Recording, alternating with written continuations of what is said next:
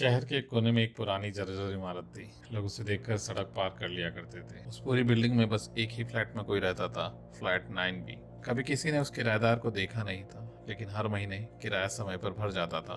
खाने के पार्सल अक्सर दरवाजे पर छोड़े जाते थे और हर रात पर्दे के पीछे हल्की सी रोशनी टिमटिमाती दिखती थी। ऋषि नाम का एक फोटोग्राफर जो अजीब किस्सों की तलाश में था, उस बिल्डिंग में फ्लैट 8B किराए पर ले लिया। उसे लगा ये रहस्यमयी जगह उसकी फोटोग्राफी प्रोजेक्ट के लिए परफेक्ट होगी।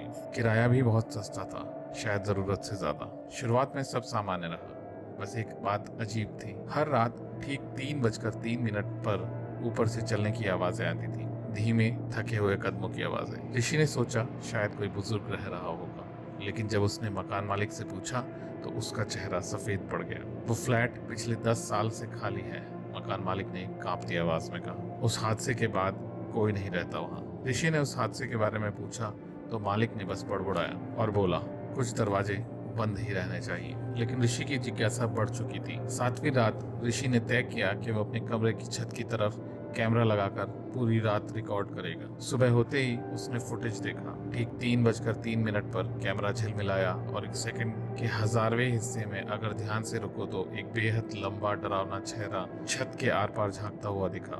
गहरे गड्ढे जैसी खाली आंखों से वो सीधे कैमरे को देख रहा था। ऋषि का खून जम गया। डर के मारे उसने तुरंत अपना सामान समेटा और बाहर भागने की कोशिश की, लेकिन लिफ्ट अटक गई थी। उसके सारे बटन एक साथ जल बुझ कर रहे थे। वो सीढ़ियों की तरफ दौड़ा और उसके पीछे से फिर वही कदमों की आवाज आने लगी। हर मंजिल पर वो आवाजें और पास आती गईं। आखिरकार जब वो ग्राउंड फ्लोर पर पहुंचा तो उसे एहसास हुआ अब वो कदम उसके पीछे नहीं थे, वो उसके अंदर थे, जैसे किसी और की धड़कन उसकी अपनी बन गई हो। ऋषि धड़धड़ाते हुए बिल्डिंग से बाहर निकला।